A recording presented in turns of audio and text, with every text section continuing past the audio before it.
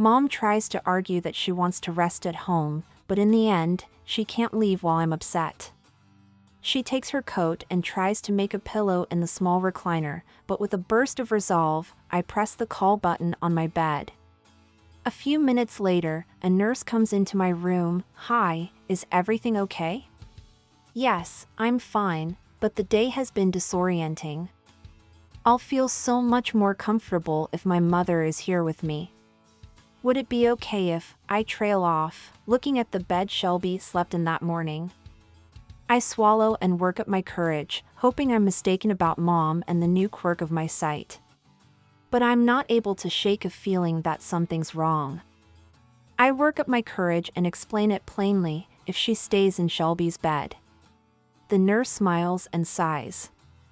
"Tonight looks pretty slow. I doubt we'll need the bed until at least the morning, and the only cost is a fresh set of sheets." She walks over to the storage cabinet and pulls out a blanket and places the bundle on top of the naked sheets at the foot of the second bed. "Oh, I couldn't," Mom begins, making a show of fluffing her gray coat pillow on a gray chair. "Please, Mom. Just for tonight, and I'll sleep better knowing you're within arm's reach. In case I need help."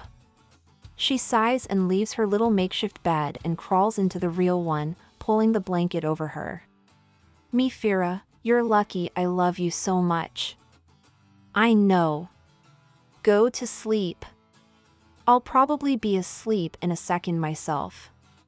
I watch her, as everything she touches from the bed to the blanket also drains of color to a deep shade of nothing. But within a few minutes, oblivious to how different she appears than the rest of the world, she breathes slowly and deeply.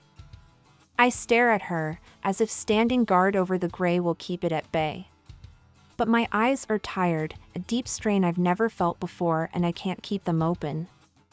I grab the Braille book by my bed and open it to where I left off the night before. Reading with my eyes closed feels natural, so I sit back, only half paying attention to the story while I monitor the sound of my mother's breath and her small snores.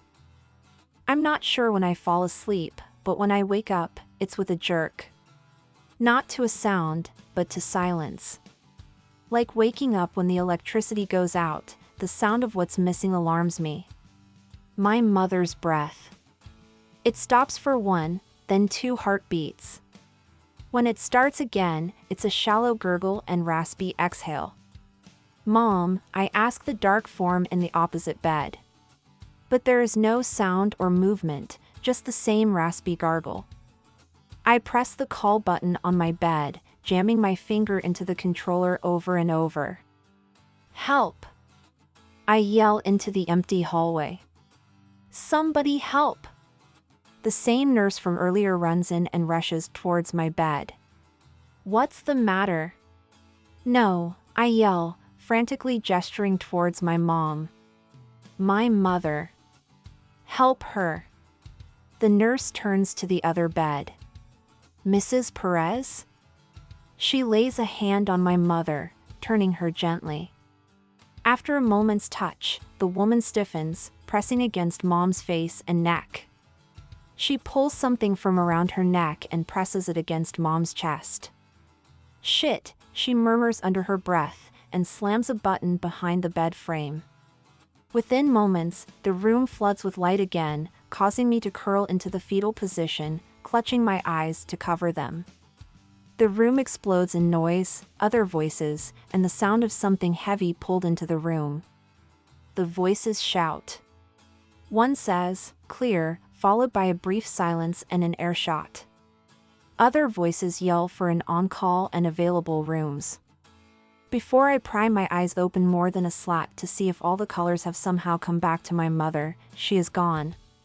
She disappears into the hallway, along with the voices and noise.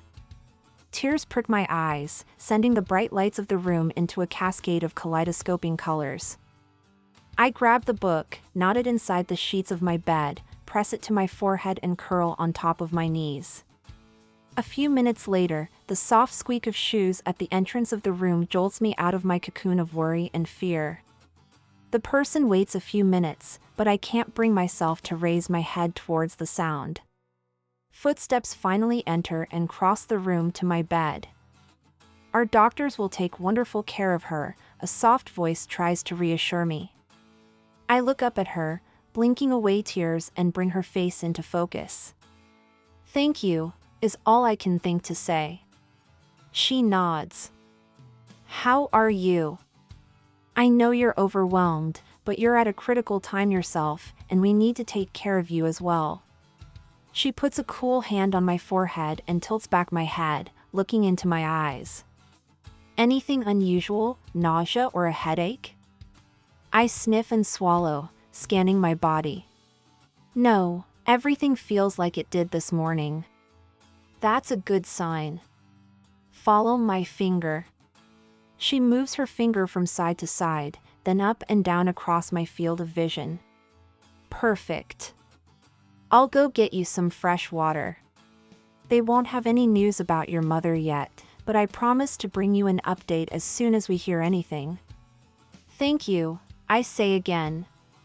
The nurse reaches out her arm and squeezes me on the shoulder. Out of reflex, I continue to watch her hand, which leeches of all color, starting from the contact with my shoulder. The color dissolves away, leaving a gray trail up her forearm and bicep. As she drops her hand and turns to leave, there is a lack of any color from fingertip to shoulder on the right arm that touched me.